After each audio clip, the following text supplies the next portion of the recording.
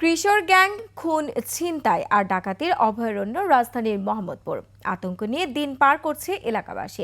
বিভিন্ন অপরাধে প্রতি মাসে ৮০টির বেশি মামলা হচ্ছে থানায়। অপরাধ দমনে বিশেষ ব্যবস্থার দাবি পুলিশের। দর্শক, মোহাম্মদপুরের অপরাধের বিস্তারিত জানাচ্ছেন মাহতাব মিনহাজ। মেঘনা গ্রুপ অফ ইন্ডাস্ট্রিজ, বাংলাদেশের অগ্রযাত্রায়, মানুষের আস্থায়। ডিসেম্বর মাসের ৬ তারিখ রাত ২:৪৭ মোহাম্মদপুরের পশ্চিম কাটাসুর এলাকার সিসি ফুটেজের চিত্র এটি। একদল কিশোর গলির ভিতর মহড়া দিচ্ছে বড় বড় ধারালো অস্ত্র নিয়ে। লাইটের আলোয় জলজল করছে অস্ত্রগুলো। একটু সামনে এগিয়ে বাড়ির গেটে কোপাতে থাকে তারা, জানান দেয় নিজেদের আধিপত্য। এ তো গেল মধ্যরাতের চিত্র। দিনের বেলায়ও ভয়ঙ্কর এই কিশোর গ্যাংয়ের সদস্যরা। কাউকে একা পেলে দিনে দুপুরেই এভাবে অস্ত্র হাতে ঝাঁপিয়ে পড়ে তারা। মালামাল দিয়ে দিলেও কোনো কারণ ছাড়াই কোপানোর চেষ্টা থাকে তাদের এমন ভয়ঙ্কর কর্মকাণ্ডের চিত্র অলিগলির সিসি ক্যামেরায় ধরা পড়ে বলে মোহাম্মদপুর এলাকার বাড়ির মালিকদের হুমকি দেয় চক্রটি। এমনকি নিজেরাই ভেঙে ফেলে অনেক বাড়ির সিসি ক্যামেরা।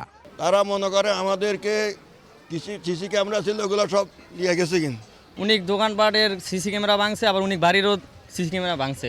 কিশোর গ্যাং আর ছিনতাইকারীদের দৌরাত্ম্য সবচেয়ে বেশি ঢাকা উদ্যানের নবীনগর হাউজিং, চাঁদ উদ্যান ও চন্দ্রিমা হাউজিংয়ে। এলাকাগুলোতে তাদের দৌরাত্মের গল্প শুনুন সাধারণ মানুষের মুখেই। পোলাপান সরসুম ছুরি চাপা ডিলে দৌড়াদৌড়ি করে। চাঁদ উদ্যানের বর্তমান অবস্থা খুবই খারাপ। এদিকে কিশোর গ্যাং পোলাপানগুলো এই গলিতে গলিতে মানুষের ধৈরা কোবাকুবি করে। কিছু বললে তারা ওপেন চাপাটি নিয়ে ওপেন ঘোরাছড়া করে। তাদেরকে এখানে আসলে প্রশাসন সহযোগিতা করছে না।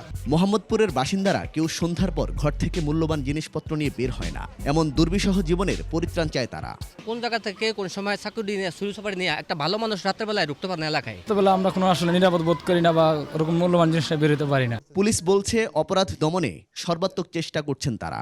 এই এলাকার অপরাধীদের ধরন আলাদা হওয়ায় বিশেষ পুলিশিং ব্যবস্থার কথাও বলছেন এই পুলিশ কর্মকর্তা। মোহাম্মদপুরের যে ছিনতাইকারী চক্র, এরা মানে একদম পেশাদার অপরাধ বিজ্ঞানীদের নিয়ে এই প্যাটার্ন নিয়ে চিন্তা করতে হবে। আমি বড় কিছু বলতে পারি না, কিন্তু আমি আমার মতামতটা দিচ্ছি যে এদেরকে নিয়ে স্পেশালি চিন্তা করতে হবে। চুরি ছিনতাইয়ের মতো অপরাধগুলোকে ছোট করে না দেখে বিষয়টি নিয়ে কঠোর হওয়ার মত এই অপরাধ বিশেষজ্ঞের। কিছু অপরাধ আছে যে অপরাধগুলো আইনগতভাবেই খুব সহজ অপরাধ হিসাবে বিবেচ্য, যে কখনো কখনো কোনো পরিস্থিতিতে রাষ্ট্রকে খুব কঠিন পথে হাঁটতে হয়। তখন সেই কঠোরতার মধ্য দিয়ে যদি আমি পুরো এলাকার মানুষের নিরাপত্তা কিংবা তার নিশ্চিন্তে চলাফেরার অধিকারের নিশ্চয়তা নিশ্চিত করা যায়, তখন সেই পথে কখনো কখনো হাঁটতে হয়, বিকল্প থাকে না। অপরাধীদের যারা মদদ দিচ্ছে তাদেরকেও আইনের আওতায় আনার দাবি তার। এদেরকেও কিন্তু আইনের আওতায় নিয়ে আসা প্রয়োজন। মাহতাব মিনহাজ, ২১ টেলিভিশন, ঢাকা।